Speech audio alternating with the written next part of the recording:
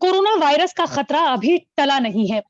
दूसरी लहर अब धीरे-धीरे खत्म हो रही है, लेकिन केसेज़ अभी भी स्थिर बने हुए हैं। लेकिन इसी बीच आपने हिमाचल प्रदेश हो या फिर उत्तराखंड हो या फिर तमाम टूरिस्ट स्पॉट वहाँ पर लोगों की भीड़ को ज़रूर देखा होगा। इसको लेकर प्रधानमंत्री नरेंद्र मोदी भी अपना गुस्सा ज़ाहिर कर चुके हैं। लेकिन तीसरी लहर क्या वाक़ई में आ सकती है? क्या कोरोना अभी खत्म नहीं हुआ है? इन तमाम जानकारियों को देने के लिए इस वक़्त हमारे साथ डॉक्टर चारुदत्त अरोड़ा मौजूद हैं, जो कि आपको बताएँगे कि किस तरीके से आपको कोरोना काल में सावधान रहने की ज़रूरत है। आपका बहुत-बहुत स्वागत है डॉक्टर चारुदत्त हमारे साथ मौजूद रहने के लिए न्यूज़ तक में। मैं आपके साथ श्रेया बहुगुणा और डॉक्टर आज हम आपसे सवाल पूछने वाले हैं उन क्वेश्चन्स को लेकर जो कि फ्रीक्वेंटली आस्क्ड होते हैं। जो लोग गूगल पर या फिर तमाम सोशल मीडिया पर अपने क्वेश्चन्स को ज़ाहिर करते हैं और हम कोशिश करेंगे कि उन क्वेश्चन्स को पूछें ताकि आप उन सवालों को का जवाब दे सकें।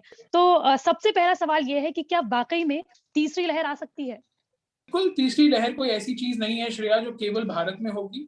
चाहे हम अमेरिका देखें, चाहे हम ब्राज़ील देखें, चाहे हम यूके देखें, फ्रांस देखें, जर्मनी देखें, जितने भी देश हैं, सबने तीसरी लहर देखी है। वो ना केवल वायरस की म्यूटेशन की वजह से है, बट लोगों में जो एहतियात बरतने में जो चीज़ें हम भूल-चूक कर रहे हैं, उसकी वजह से भी पीपल टू पीपल ट्रांसमिशन इतना हो रहा है, जिसकी वजह से तीसरी लहर आती है। तो हाँ, इसका आंसर है कि तीसरी लहर का आना अनिवार्य है। पर उसकी जो सिवियरिटी होगी वो हमारे ऊपर डिपेंडेंट है, वैक्सीन के ऊपर डिपेंडेंट है कि वो कितनी सिवियर होगी। तीसरी लहर से ही जुड़ा हुआ कि तीसरी लहर कब आ सकती है, अगर आती है तो? बहुत सारे साइंटिस्ट ने जो हमारे प्रिडिक्शन मॉडल्स जिनको हम बोलते हैं, जो हमें बताते हैं कि एपिडेमियोलॉजी के हिसाब से, दूसरे देशों के हिसाब से, पॉपुलेशन जनसंख्या के हिसाब से और कितना टीकाकरण हो रहा है उसके हिसाब से कैसे तीसरी लहर कब आएगी, अभी तक जो अनुमान बताया जा रहा है वो अगस्त से लेके अक्टूबर के बीच में ये जो हमारे 2 महीने हैं ये काफ़ी ज़्यादा क्रिटिकल होंगे, जिसमें संक्रमण बढ़ सकता है और तीसरी लहर का आने का सबसे ज़्यादा अनुमान लगाया जा रहा है।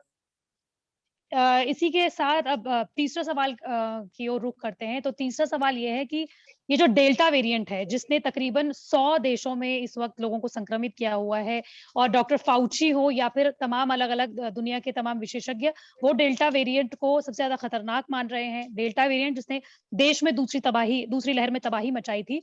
अब उसी का एक नया वेरिएंट आया है, हम डेल्टा प्लस वेरिएंट नाम से जान रहे हैं। तो जो ये कोरोना का ये अलग-अलग जो वेरिएंट्स आ रहे हैं और डेल्टा प्लस वेरिएंट है, वो आखिर क्या है और क्या इसी की वजह से तीसरी लहर आएगी? ये कहना काफ़ी जल्दी होगा कि तीसरी लहर डेल्टा प्लस की वजह से आएगी क्या नहीं। पर हाँ, आपकी बात बिल्कुल सही है कि डेल्टा वेरिएंट एक वेरिएंट ऑफ कंसर्न है।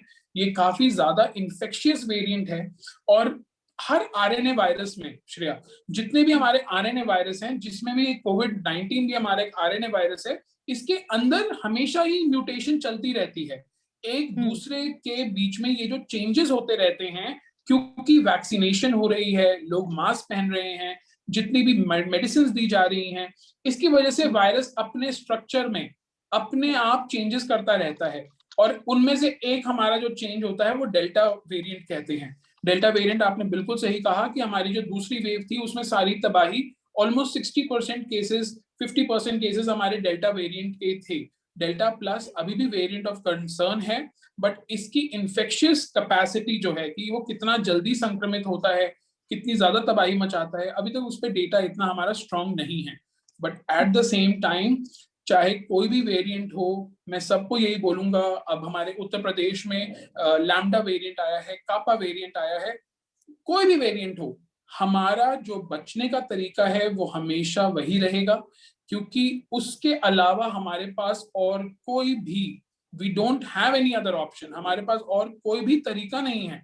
सो हुँ। चाहे वो मास्क पहनना हो, चाहे वो भीड़ भड़के से बच के रहना हो, जब आपका नंबर आए वैक्सीन लगवाना हो और हाथ को पूरे टाइम साफ सफाई मेंटेन करना हो, जब तक आप इन चारों चीजों पे ध्यान देंगे, चाहे कोई भी वेरिएंट हो, फर्क नहीं पड़ेगा। इसी से जुड़ा हुआ ही सवाल है क्योंकि अलग-अलग जो स्टडीज़ आई हैं, उसने लोगों को डरा दिया है। अलग-अलग स्टडीज़ का ये कहना है कि अगर जो कोरोना के जो अलग-अलग वेरिएंट सामने आ रहे हैं, उसमें वैक्सीन कम असरदार है। तो लोगों के बीच में ये भी सवाल है कि ये वैक्सीन लगाएँ या ना लगाएँ? क्योंकि अगर ये कम प्रभावशाली है, तो फिर हम क्यों लगाएँ? इस तरीके के लोगों के बीच में सवाल है। तो वैक्सीन जो है, वो अलग-अलग वेरिएंट्स के लिए कितनी ज़रूरी है? वैक्सीन हर वेरिएंट पे काम कर रही है, ये मैं नहीं, ये मैं आपको लिख के बोल सकता हूं, आपको सारे विशेषज्ञ बोल सकते हैं, वैक्सीन हर वेरिएंट पे काम कर रही है। उसकी इफेक्टिविटी जो हमारा परसेंटेज होता है वो ऊपर नीचे हो सकता है, लेकिन काम वो हर वेरिएंट पे कर रही है।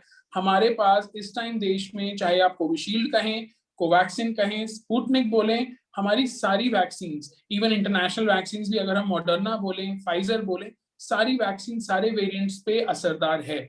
सो चाहे अगर हम ये सोचें कि हमारा अभी लैम्डा वेरिएंट पे काम नहीं करेगी, तो हम ये ना भूलें कि 60%, 70%, 80% जो इफेक्टिविटी है वो हमारे कोविड केसेस पे होती है। वो वेरिएंट, जब तक हम जीन स्ट्रक्चर नहीं पता करते हैं, हमें पता नहीं चलता कि वो कौन सा वेरिएंट है या कौन सा कोविड है। पर वैक्सीन आपको उतना बचा के रखेगी कि आपको मॉर्चुरी तक ना पहुंचना पड़े, आपको वेंटिलेटर तक जाने की जरूरत ना पड़े, आपके परिवार वाले सिवियर डिजीज से इन्फेक्ट ना हो। अगर हम इतना भी सोचेंगे तो हमें एंटी वैक्सर होने की जरूरत नहीं है, अनलेस एंड अनटिल आपके डॉक्टर ने आपके कोई पर्टिकुलर डिजीज को लेके वैक्सीन के लिए मना किया हो। उसके अलावा सारी की सारी पॉपुलेशन को वैक्सीन लगवानी चाहिए। ये नहीं सोचना चाहिए कि कौन सा वेरिएंट है और कौन सा नहीं। इसी के अलावा लोगों के बीच में एक और कंसर्न है, और जिस तरीके से ब्लैक फंगस आया, येलो फंगस आया, कोरोना के बाद जो बोन डेथ नाम की एक डिजीज लोगों में पाई गई, तो कोरोना के बाद जो ये साइड इफेक्ट्स लोगों के बीच में हो रहे हैं, लोगों को अलग अलग तरह की जो बीमारियां हो रही हैं, वो कितना खतरनाक है, वो कितना चिंताजनक स्थिति में बनी रह सकती हैं या बनने वाली हैं, या फिर लोगों को उससे कितना डरने की जरूरत है और लोग किस तरीके से उससे बच सकते हैं? आई थिंक ये श्रेया जो सवाल है ना, ये इस टाइम बहुत ज्यादा इंपॉर्टेंट है, बहुत ज्यादा इंपॉर्टेंट है, क्योंकि कोविड के बाद के जो कॉम्प्लिकेशंस हैं, मैं इनको साइड इफेक्ट्स नहीं बोलूंगा, ये जो इनकी कॉम्प्लिकेशंस है ना, ये काफी ज्यादा खतरनाक हैं। ऑल्दो इनसे डरने की जरूरत नहीं है, सब चीज का इलाज अवेलेबल है, लेकिन इनको सही टाइम पे पकड़ना बहुत जरूरी है। चाहे कोविड के बाद जो सबसे कॉमन जो हमारे पेशेंट्स होते हैं, चाहे वो ओल्ड एज पेशेंट्स बोलो या जिनको सीवियर डिजीज है या जो आईसीयू में रह के आए हैं, इन पेशेंट्स को सबसे ज्यादा ब्रीदिंग डिफिकल्टी का होना सबसे कॉमन सिम्टम है। जब तक सांस में तकलीफ रहती है, थकावट रहती है, शरीर में दर्द रहता है, ये तीन, खाने की भूख ना लगना, बालों का झड़ना, ये हमारे वो वाले कॉम्प्लिकेशंस हैं जो कोविड के 3 से 6 महीने तक चल सकते हैं, जिसको हम हमारी भाषा में लॉन्ग कोविड भी बोलते हैं। पर हाँ, जैसे आपने बताया कि हमारे पास बीच में ब्लैक फंगस के केसेस काफी बढ़ गए थे, वो एक बहुत ही रेयर बीमारी है, बट कोविड के बाद उसका नंबर काफी बढ़ गया था। सिमिलरली अभी हम देख रहे हैं कि बोन डेथ, जिसको हमारी लैंग्वेज में एवास्कुलर नेक्रोसिस बोलते हैं, ये तब होता है जब हड्डी में खून की मात्रा नहीं पहुंचती, जिसकी वजह से हड्डी गल जाती है। और हम अभी ये देख रहे हैं कि सबसे ज्यादा जो कूल्हे की हड्डी है, जिसको हिप जॉइंट भी बोलते हैं, ये सबसे ज्यादा अफेक्ट हो रही है, जिसकी वजह से पेशेंट बेड रिडन भी हो सकता है, या उसका हिप को रिप्लेस करना पड़ सकता है, उसकी कूल्हे की हड्डी को चेंज करना पड़ सकता है। सो ये वो वाले कॉम्प्लिकेशंस हैं जिनका ध्यान रखना बहुत जरूरी है। डरने की जरूरत नहीं है, पर छुपाने की भी जरूरत नहीं है। लोगों को ये नहीं सोचना चाहिए कि मौसम बदल रहा है इसीलिए हम थके हुए हैं, गर्मी है इसलिए हमें भूख नहीं लग रही है। नहीं, आपका शरीर हमेशा कुछ ना कुछ आपको सिम्टम्स दिखाता है, उन सिम्टम्स को इग्नोर ना करें और जल्दी से जल्दी अपनी कोविड स्पेशलिस्ट को दिखाएं, जिससे वो कॉम्प्लिकेशंस को सही टाइम पे पकड़ लें।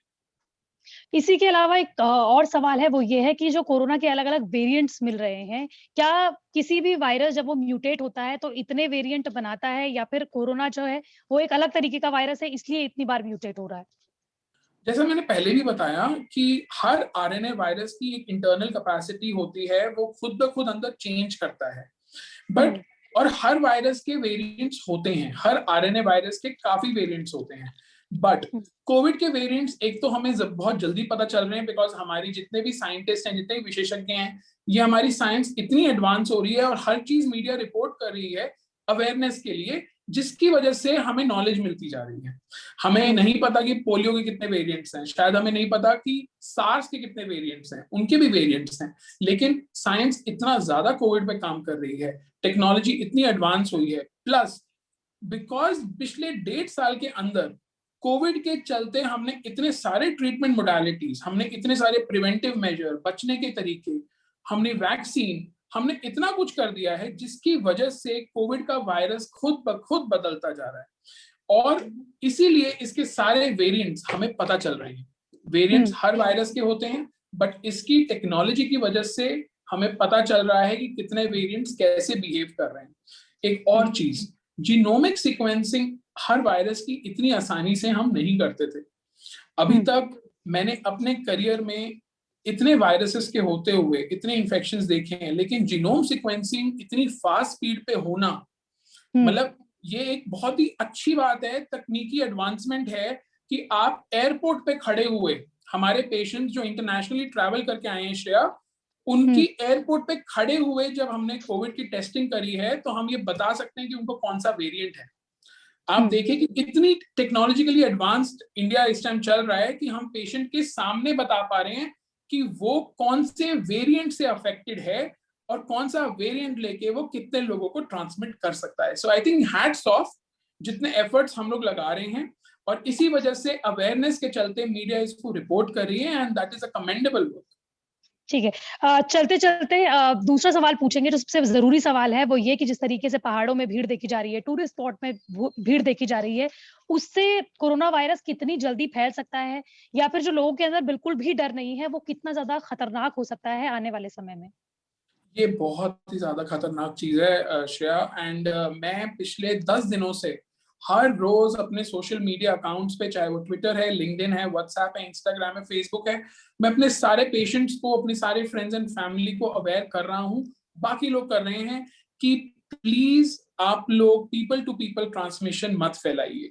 चाहे आप डबल वैक्सीनेटेड भी हैं, बट वैक्सीन लगाने की दूसरी डोज के बाद भी 2 हफ्ते के बाद आपकी बॉडी में एंटीबॉडीज बनती हैं, और वो पीपल टू पीपल ट्रांसमिशन नहीं रोकती हैं। लोग ये सोच रहे हैं कि अगर हमने एक डोज लगवा ली है तो हम बिना मास्क के घूम सकते हैं। मैं समझ रहा हूं कि पिछले 1.5-2 साल से हमारी फैमिली लाइफ, हमारी सोशल लाइफ खत्म हो चुकी है, पर आप ये समझिए कि बहुत लोग हैं जिनकी लाइफ खत्म हो चुकी है। बहुत लोगों ने अपने फैमिली में लोगों को लूज किया है इस बीमारी की वजह से। हॉस्पिटल्स में बेड्स की अवेलेबिलिटी एक टाइम पे 0 हो चुकी थी। अगर हम ये सब सोचें तो हम हिल स्टेशंस पे जाना इस टाइम थोड़ा वेट कर सकते हैं, हमें रुकना चाहिए, क्योंकि कोविड वेट नहीं करेगा। Corona virus people to people transmission से ही फैलता है, तो जितनी ज्यादा भीड़ भड़के में आप जाएंगे उतना ज्यादा रिस्क लेकर आएंगे। और जब ज्यादा डिफरेंट बबल्स के लोग, जब डिफरेंट जगहों से आए हुए लोग एक जगह पे होते हैं, तो वो एक इनब्रीडिंग जोन बन जाता है। वो एक ऐसा जोन बन जाता है जैसे वॉल्केनो बर्स्ट होता है। डिफरेंट टाइप के लोगों का वायरस ट्रांसमिट होके अंदर ही म्यूटेट होता है, और जब वो लोग अपने घर वापस आते हैं, वो वाला वायरस फैलाने में पूरे अनुकूल रहते हैं। इसके अलावा दूसरा सवाल ये है कि जो केरल और महाराष्ट्र में जिस तरीके से केसेस एक बार फिर से बढ़ने की जो ग्राफ देखा जा रहा है, क्या वो जिस तरीके से दूसरी लहर में या पहली लहर में देखा गया था कि केरल और महाराष्ट्र से ही केसेस बढ़ने शुरू हुए थे, और पहली लहर में, दूसरी लहर में भी इसी तरीके से देखा गया था, एक बार फिर से केरल में और महाराष्ट्र में केसेस बढ़ रहे हैं, तो क्या ये किसी तरीके का संकेत है? केरला में कभी भी केसेस कम नहीं हुए थे। केरला में हमेशा ही ग्राफ या फिर तो अपस्लोप गया है या प्लेटूड रहा है, और ये एक काफी चिंताजनक इशू है, क्योंकि केरला में जब प्लेटू भी रहता है, दैट मीन्स कि या फिर तो अंडर टेस्टिंग है, या अंडर रिपोर्टिंग है, या पेशेंट में कोविड अप्रोप्रिएट बिहेवियर नहीं हो रहा है। सो केरला का जो सीन है वो काफी एक डिबेटेबल कंडीशन में है, क्योंकि वहां पे हमेशा ही प्लेटूड है। पर जहां तक हम महाराष्ट्र की बात करते हैं, महाराष्ट्र ने सेकेंड वेव को जितना अच्छा टैकल किया, उनके हेल्थ केयर इंफ्रास्ट्रक्चर ने जितना अच्छा पेशेंट्स का ट्रीटमेंट किया, दैट इज कमेंडेबल। बट अब जो केसेस में थोड़ा सा राइज आया है पिछले 4 से 5 दिनों में, इसका मतलब है कि जो हमारे माइक्रो सैटेलाइट एरियाज हैं, ये वो छोटी छोटी जगहें हैं जिनमें कंटेनमेंट की जा सकती है।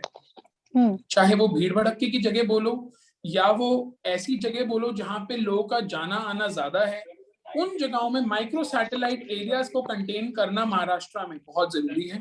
बट केरला में एक बारी टेस्टिंग, रिपोर्टिंग पे ध्यान देना काफी जरूरी है कि केसेस प्लेटू क्यों हैं, कम क्यों नहीं हो रहे हैं। किस तरीके से लोग बचे, क्योंकि कई बार हम तो बोल चुके हैं अपने दर्शकों को कि उनको क्या क्या करना चाहिए कोरोना से बचने के लिए, लेकिन एक बार डॉक्टर आप बता दीजिए कि लोगों को कोरोना से बचने के लिए कौन सी वो चीजें हैं जो करनी जरूरी हैं?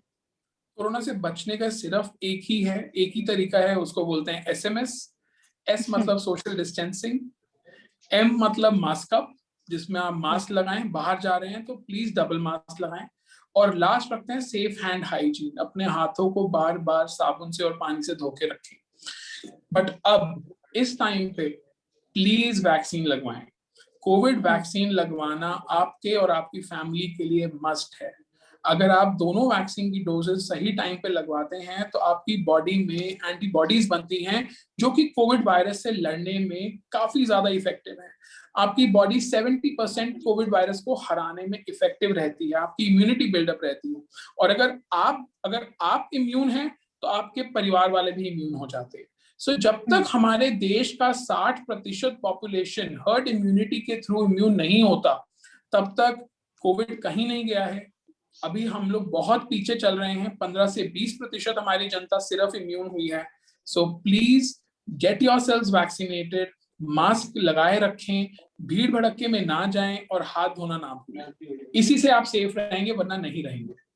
हमारे साथ जुड़ने के लिए बहुत बहुत शुक्रिया। ये थे हमारे साथ डॉक्टर चारू दत्त अरोड़ा, जिन्होंने आपको ये बताया कि किस तरीके से आपको अगर कोरोना से बचना है, तीसरी लहर को रोकना है, तो आपको क्या कुछ करना है। वैक्सीन लगवाइए, फेस मास्क जरूर पहनिए, सोशल डिस्टेंसिंग का पालन करिए और इसके साथ साथ अपने हाथ बार बार धुलते रहिए।